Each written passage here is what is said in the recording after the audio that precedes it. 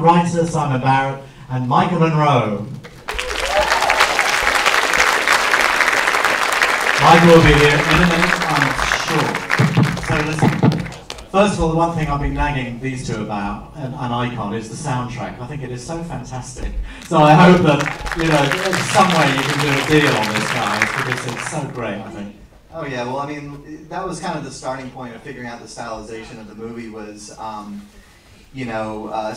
first it started with the songs themselves, like I wanted a real 80s goth rock kind of thing, which kind of, as the movie developed and, as the whole project developed, it kind of turned more into like 80s electronica mixed with goth rock. Maika Monroe, everyone. I think, wasn't she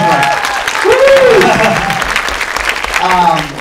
So, there was a long process of like compiling music and stuff, and I would send Simon early on, and then, all this stuff, and, but then when it came to like the score, I like to, have a lot of it composed ahead of time.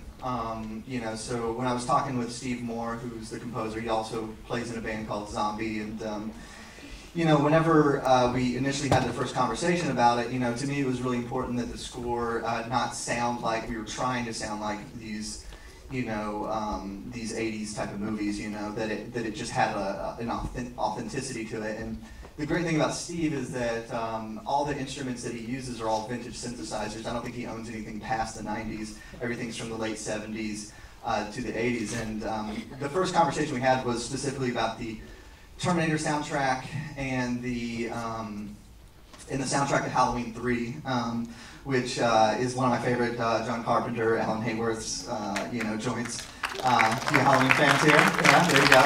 The movie's been kind of picking up steam over the years, I think when it first came out, everybody was so pissed off that Michael Myers wasn't in the film, but now it's kind of like, you look at it now, it's like, wait a minute, there's like robots in this film, and like weird Stone shit, and it turned out that one of the additions of the soundtrack that he had, in the liner notes, they've listed all the different synthesizers and stuff that they used on that soundtrack. So he actually owned all those instruments that they used for that, and that was a great starting point because everything that he was doing, already had that vintage sound to it. We weren't trying to imitate it, and he was able to just play, kind of more of a modern type of composition and style to it, and just inherently had that sound, and that ended up becoming kind of the representation of what we were trying to do with the project in general. We didn't want to do like something that was parodying or like overtly homaging movies of that era. We wanted something that inhabited the same headspace and just kind of blended in with it. And yeah. Just Simon, very briefly, just say because the pitch, literally, was only about 10 minutes long, and apparently you nailed it when he said that you just wanted to do something with a super soldier like a Terminator, and you just sort of got it straight away. Well, no. I was actually profoundly confused, and I just nodded and, kind of went and quietly got drunk. No, actually, when Adam first kind of was telling me this fusion of Halloween and Terminator, all I could think about was that Wes Craven movie, Deadly Friend, with Christy Swanson as the android. And I'm not a big fan of that film, to be frank with you. I can say that here because this is a safe place. But it's a kind of that movie kind of requires some leaps of logic that I couldn't totally follow at the time or now. But I had a pre-existing script which was this depressing revenge drama about like the soldier taking revenge on a von Kravmatz's family, and it was a total bummer and it sucked. It wasn't good. I wrote 30 pages and I was like, I wouldn't want to see this. No one's going to want to see this. This sucks. And so I stopped writing it. This was 2007. And then when Adam was kind of I want to do this really lean action-based kind of horror thriller, it just kind of occurred to me that family dynamic would work really well with what he was talking about. And in a way, the sense of fun and genre that he was talking about would salvage that idea. Because there were things that I liked about those pages. It was just a bummer movie that no one would want to see. But then you add a super soldier to it. Problem solved. Yeah, done. And Maika, when did you come into this? I mean, you say you're a horror fan. You said so earlier. I mean, did you know where these films are coming from? Where these guys are coming from when you read it? Yeah. I mean, I went through the audition process. I met with them. I think it was Simon, Adam, and I think Keith and Jess, the producers. Were all in the room, and it was just we all got along, so I remember just laughing about, I think your Like, stomach like growled in something the middle coming of out like of an stars. intense scene, and I was like, this is amazing. You're in like a tiny little Yeah, room. tiny, yeah, It's like- it was, yeah, I got like really red. I remember that. Yeah, but that was good though, because like you made us laugh right away. Or I wasn't laughing, I actually cried a little. But everyone else laughed really hard at me.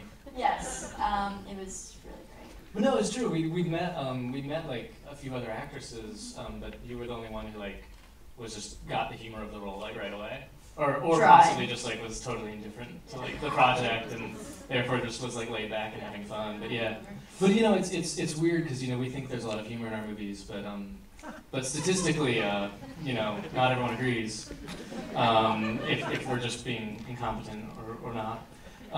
So it's interesting when you meet, you know, actors like Dan and Maika who like immediately kind of get like where the sarcasm is and where the dry humor is, because it's kind of a hard thing to explain to someone if they don't inherently get it, as we found out with many viewers of the film You're Next. We must mention Dan Stevens. I mean, you've literally reinvented his entire persona with this film. I mean, he owes you, I think, the Hollywood career he's actually going to have. So what do you actually think about that?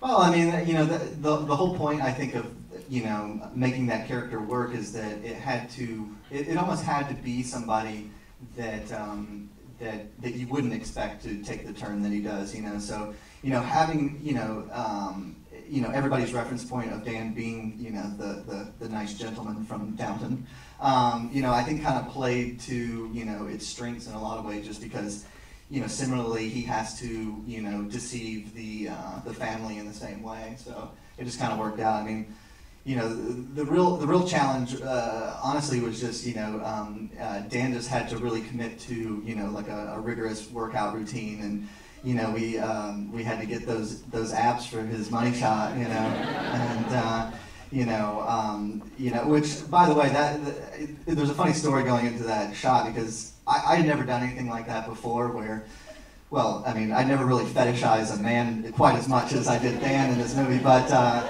you know, I knew that was an important moment, and it was an important comedic moment too, you know, in between him and Maika's character, and it's kind of a major bonding point, turning point for them.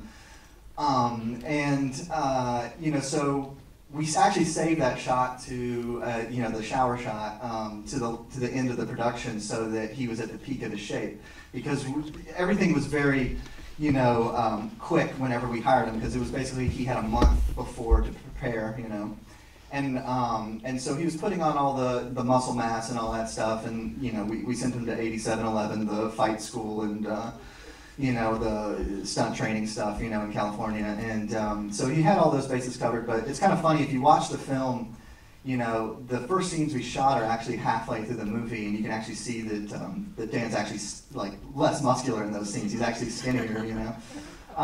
So we saved that the Downton Absy shot, as it is, you know, to the end of the production, so that he was in peak shape, and I never heard of anybody doing this before, but apparently this is like a common thing, to really make like somebody's like, you know, body just pop on screen. You know, what they do is, you know, 24 hours prior to shooting it, you know, Dan cut out drinking all liquids, which is kind of dangerous because we're shooting in New Mexico in the summer, and you have to drink like 30 gallons of water a day just to, you know, live.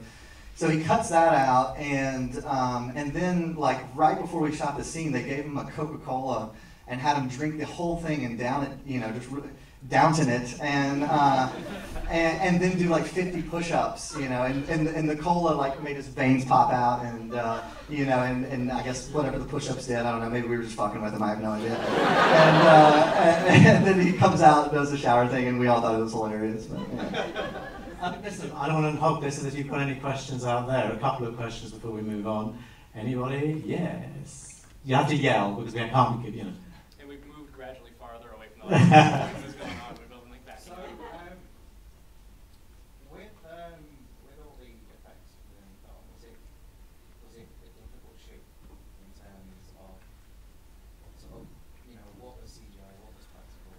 Well, you know, surprisingly, the CGI stuff is, you know, like whenever, I can't remember the character's name, Tabitha, whenever she gets shot in the diner, you know, and blood flies all over the column behind her, we actually had like real blood for that, but the effect didn't work. It shot like too high. It was a rig that was shooting blood out the back, and we ended up actually doing that CGI, but it looks fantastic. You would never know, you know. And that's where we always try to start with practical, and if need be, we augment, you know. I mean, strangely, the most difficult stuff was actually like the car crash in the film, you know. That was something that we've never done before, but should be relatively straightforward. I mean, you're running two cars into each other, but somehow our effects team managed to just miss enough so that the crash didn't work, but they hit each other just enough so that it ruined the take and we couldn't reshoot it that day. Well, the cars were like total. Yeah, exactly. And, you know, I mean, and people are crashing their cars right now, but we couldn't get two cars to hit each other on purpose, you know. And we ended up having to shoot that like 3 times to get it, you know, because something else would go wrong, or, you know, because we wanted it to be a high-speed impact, so there's no actual drivers in there, so it does add complications. But yeah, all the effects are, you know, for the most part practical, and then there's a couple augmented with CG stuff. But I hate the way CG stuff looks so much. I just try to avoid it at all costs, and you know, so it's really more of like if something absolutely didn't work, you know, at least there's like a, you know, an element that works there that the CGI, you know, team can, or as it was, one guy, one guy could kind of fix and, you know, whatever. So. He didn't sleep. A couple more before we move on. Yes. Quite awesome film. Thank you. The thumbs up at the end. Was that 7 out of 2, should we? Oh yeah, totally.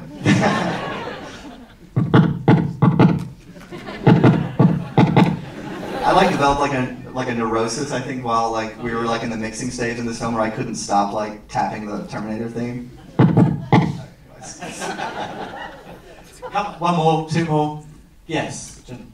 I just wanted to check, awesome film by the way, I really enjoyed it. Thank you. I just wanted to check one point where Maika got his back in the mix. I thought I saw what looked like a slaughterhouse or an abattoir with the smelling bodies. Was there scribbled in blood your necks? Yeah.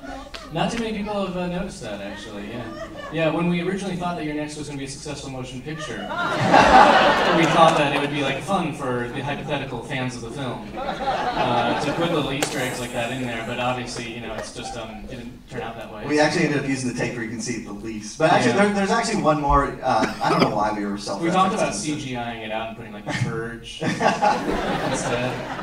But there's a moment in there where, like at the party scene, you can see somebody wearing a Your Next mask on his head. It's tilted up, and that's actually Steve Moore, the composer. He was on set for a few days early on, and you know, I threw him in there and had him wear the mask. And then we couldn't turn that into a purge mask. So Unfortunately, it's too complicated, too much money. So it's there. One more, because we have to move on. Anybody else? I can't think of it. Enormous burden. None at all. Yes. Yeah. Oh. Was that a reference to Halloween 3 as well, the masks? Oh yeah, definitely. Well, I mean, you know, I have no idea why I was like so obsessed with Halloween 3 going into this, but it was just one of those things that, you know, like I don't know, maybe I have like brain damage or something, you know. But yeah, I think there's another Halloween 3 reference somewhere in there. I can't think off the top of my head. There's a Halloween 4 reference. Oh yeah, that's what it is. Yeah, like the very beginning, the scarecrow that ends up getting shot up later in the film. Like, there's a really cool scarecrow in the opening sequence of Halloween 4 that, you know, I took a still of and had the production designer recreate. And it's pretty much exactly the same. It's got like 3 or 6 arms, and but the only difference is we had like a pumpkin head on it. But yeah, you know, I mean, the whole movie is you know, to me, like I saw it as like an inverted kind of Halloween, whereas instead of Michael Myers being, you know, the faceless, you know, shape lurking in the distance, he's the friendly, you know, guy living inside of your house, infiltrating directly. And similarly to Michael Myers, you know, like Michael Myers' escape from, you know, a mental hospital, and you know, Dan's character is pretty much the same. And you know, and so Lance Reddick, you know, the Major Carver character, you know, I always saw as like the Dr. Loomis of the film, you know, and so yeah. Let me just ask one question to Maika. I mean, It Follows, which you're going to see early next year, is another amazing performance from Maika. We're going to be doing something on that tomorrow, you'll see that. Is this something you want to pursue? Like, you're an actor, a screen queen, is that what you want? I mean, it just kind of happened that the guest and It Follows fell next to each other, and I don't know, I kind of like it. I like being called Scream Queen. There you go. Listen, wish them well. The guest, I'm sure, is going to smash it. Adam Wingard, signing back, and Maika Monroe.